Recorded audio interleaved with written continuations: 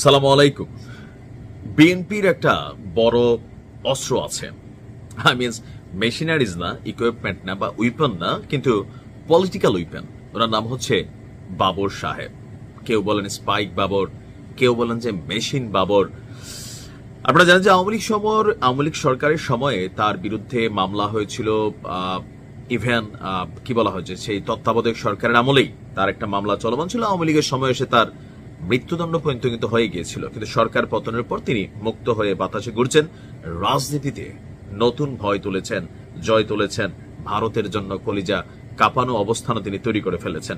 কারণ ভারতের কাছে আপনার এই বাবর সাহেব মানে লুৎফুজ্জামান বাবর সাহেব খুবই রেড মার্কড একজন ক্যারেক্টার। তো অস্ত্র শস্ত্র সম্পর্কে মোটামুটি ভালোই ধারণা আছে, কারণ আমাদের সম্মানিত বাবর ভাই তিনি যেই মামলাটার মধ্যে জেল খাটছিলেন, এটা কিন্তু 10 ট্রাক অস্ত্র চালান মামলা। খেয়াল আছে নিশ্চয়ই। তো মোটামুটি এই বিষয়গুলো ওনার নলেজে একটু ভালোই থাকে, বা ওনার গোয়েন্দা তৎপরতা সম্ভবত ভালো আছে। কথাগুলো বলছি এই কারণে যে ভারত থেকে শেখ হাসিনা সম্ভবত ট্রাকে ট্রাকে অস্ত্রশস্ত্র ঢুকাচ্ছে। কয়েকদিন আগে বেনাপুল বন্দর দিয়ে ঢুকা একটা ট্রাকে ভারতীয় একজন ট্রাক ড্রাইভারের একটা অস্ত্র সহ তাকে এবং তার সহযোগীকে আটক করেছিল পুলিশ। তো ওইটা এত মাথা চাড়া দেয় নাই ঘটনাটা, কিন্তু আজকে আমাদের সাবেক স্বরাষ্ট্র প্রতিমন্ত্রী লুৎফুজ্জামান বাবর যে তথ্য দিয়েছেন, ডক্টর ইউনূসের ঘুম হারাম হয়ে যাওয়ারই কথা। কারণ ভারতে এসালম গ্রুপের যে মালিক আছে মোহাম্মদ সাইফুল আলম বা এসালম, তার সঙ্গে শেখ হাসিনার একটা বৈঠক হয়েছে। এই তথ্য আছে আমাদের বাবর ভাইয়ের কাছে। ওই বৈঠকে আগামী জাতীয় সংসদ নির্বাচনকে বানচাল করার জন্য ষড়যন্ত্র করা হয়েছে এবং দেশে অবৈধ অস্ত্র ঢুকছে। এখন এই অবৈধ অস্ত্রগুলো ট্রাকে ঢুকছে নাকি কার্গোতে ঢুকছে নাকি জাহাজে ঢুকছে নাকি বিমানে ঢুকছে, এটা আসলে এখন স্পষ্ট না, অথবা চোরা কারবারিদের মাধ্যমে বর্ডার বিস্তৃত সেদিক দিয়ে ঢুকছে। তো তিনি আজকে আপনার স্বরাষ্ট্র উপদেষ্টা লেফটেন্যান্ট জেনারেল জাহাঙ্গীর আলম চৌধুরীর সাথে একটা বৈঠক ছিল। তিনি বলছেন যে অন্তর্বর্তী সরকারকে সহযোগিতা করতে চায় বিএনপি, তবে কিছু বিষয়ে উদ্বেগ আছে, তা নিয়ে সরকারকে তিনি তথ্য দিয়েছেন। আর তার বক্তব্য যে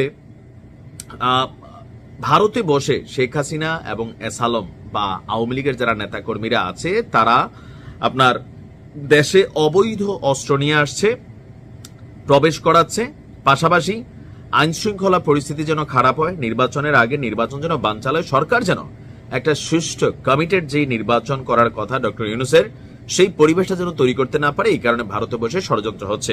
কেউ কেউ বলছিলেন যে প্রায় 25,000 কোটি টাকা এসালম নাকি ভারতে শেখ হাসিনাকে দিয়েছেন, কারণ আওয়ামী লীগকে কি বলা হয়েছে যে আবার পুনর্জাগরণ বলেন, বা এই যে বিভিন্ন ধরনের অর্গানাইজেশন করা প্রোগ্রামগুলো হচ্ছে, বা সামহাও আওয়ামী লীগ তাদের রাজনৈতিক কর্মকাণ্ডের জন্য কি বলা হয় যে আপনার এই ধরনের পরিকল্পনা ভারতে বসে করছেন। তবে তার কাছে এই তথ্য কই থেকে আসলো, অস্ত্রগুলা কোন দিক দিয়ে ঢুকছে, তো বরং কাছে তথ্য থাকতে পারে। কারণ ওই যে বললাম না যে এর আগে 10 ট্রাক অস্ত্র মামলায় কিন্তু লুৎফুজ্জামান বাবর ভাই আপনার গ্রেপ্তার হয়েছিলেন। সো সামহাও যদিও এটার দায়ভার তিনি স্বীকার করেন নাই, কিন্তু এত বড় একটা জায়গায় ছিলেন। বর্তমানেও বিএনপির রাজনীতিতে কিছুটা পিছিয়ে গেছেন, কিছুটা মানে খুব বেশি লাইমলাইটে আসতে পারতেছেন না, অথবা তার রাজনীতির সিস্টেমটাই তিনি একটু ব্যাক স্টেপে থেকে হয়তোবা তিনি কার্যক্রম পরিচালনা করছেন। এখন আওয়ামী লীগকে নিয়ে আসলে প্রতিনিয়ত ভয়, টেনশন সরকারের ভিতরেও আছে, বিএনপির মধ্যেও আছে, জামাত এনসিপির মধ্যে তো আছেই, যে আওয়ামী লীগ কখনো আসলে রিব্যাক করে। এর মাঝখানে গত এক সপ্তাহে আওয়ামী লীগের যতগুলো মিছিল হয়েছে, মিছিলের আকার বড় হচ্ছে, সবকিছু মিলিয়ে নির্বাচনের আগে আসলে পরিবেশ পরিস্থিতিটা কেমন থাকে, ভারত থেকে কি আসলে অস্ত্র ঢুকছে কিনা, ঢুকলেও কোন পর্যায়ে ঢুকছে, কিভাবে ঢুকছে, আমরাও একটু আসলে জানতে চাই।